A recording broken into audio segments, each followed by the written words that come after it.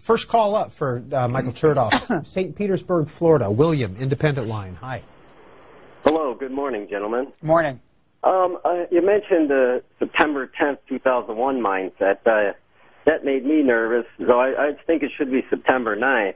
I was wondering if the missing $2 trillion plus that Secretary of Defense Donald Rumsfeld reported on September 10th, 2001, where those trillions went. Did you all ever find it? I have to say I must have missed that news report about the missing trillions. I do know that in the run-up to September 11th, the 9/11 Commission looked back at what had been done and what hadn't been done, and I think they found the key problem was collecting information and fusing information so that we could get the best possible picture of the threat we faced. In the Cold War, we worried about bombers and missiles attacking the United States, and that's why we had radar.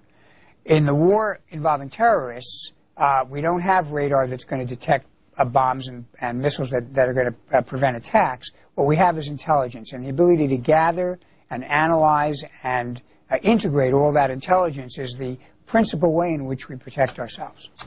Your predecessor, Tom Ridge.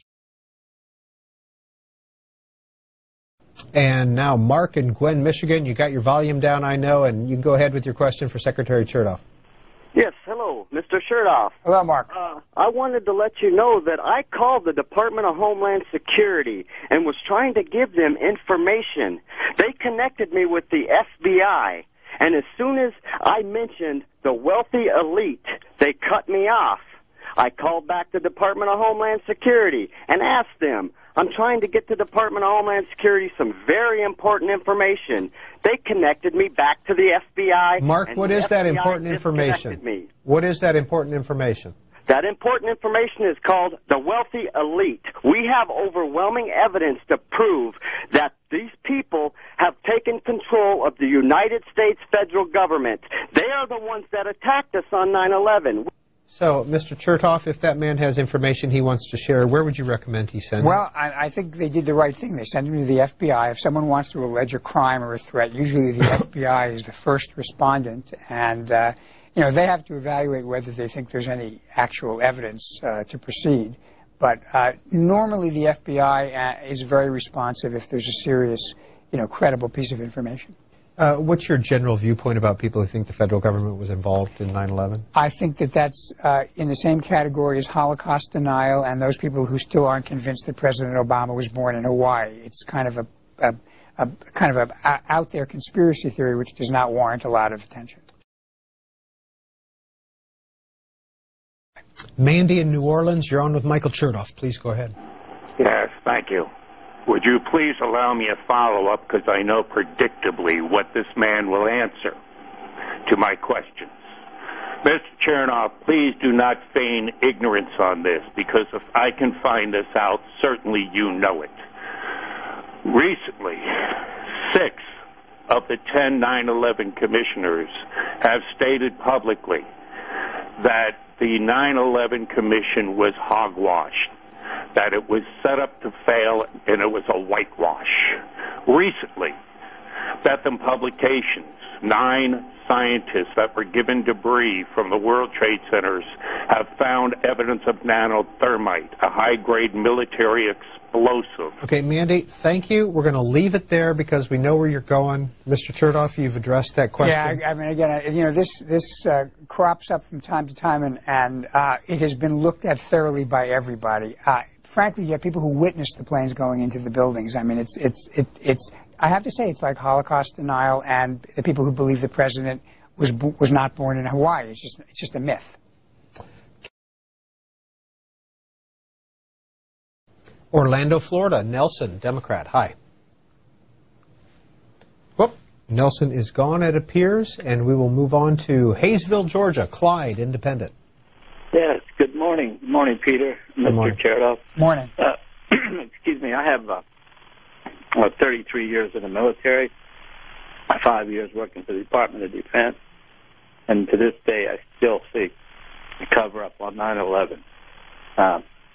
We know that Able Danger, which infiltrated the terrorist activities, had photographs of the terrorists, knew that they had a plan to attack targets, and a report went forward, said on either Clinton's desk, I believe it was 98, 99, or Jamie Gorelick's desk, and it was never acted on.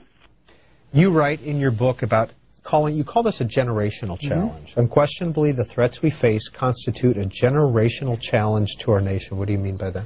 What I mean is that the 21st century is a different kind of warfare than the 20th century. 20th century, we were used to having massed armies. You know, the enemy came over the hill. You could see the cloud of dust. People wore uniforms, and there were a set of rules and principles that were very clear. 21st century is different. The enemy is networked. The line between the military and the criminal has really been obliterated. We have to use a combination of defense and law enforcement. We can't choose one or the other. So we're facing a new kind of warfare. It's unfortunately leveraged by the technological revolution, which means that a smaller and smaller number of people can do more and more damage, as we saw on 9/11. And that means we have to completely retool and reconfigure our strategy and our menu of options in dealing with this kind of threat. We can't afford to have boxes and silos anymore. We have to have an open architecture for how we deal with this new, very, very dangerous challenge. And do you think the way the intelligence community is organized today is better than it was? It's clearly, and have we gotten to that point where we're sharing? Peter, it's clearly better, and there is more sharing, but it's not completely where it needs to be. And I'd say there are a couple of areas where that's true. One is we still tend to view what goes on overseas and what goes on over here as two separate domains. And the fact of the matter is, particularly with the Internet, you can't draw that distinction. So we have to have a more seamless intelligence capability. The second thing is our legal principles have not kept up with the new challenges. One of the problems I think we faced right after 9/11 is rules had been written for dealing with foreign intelligence and how we surveil it back in the days of we were worried about the Soviet Union or other countries. And while we still have concerns about nation states, the issue of terrorism is now equal in importance. And we didn't have a legal model that helped us deal with that. So one of the things I think Congress hasn't done and needs to do is to actually sit down and think through in a bipartisan way, what is the legal architecture we need to deal with this 21st century challenge?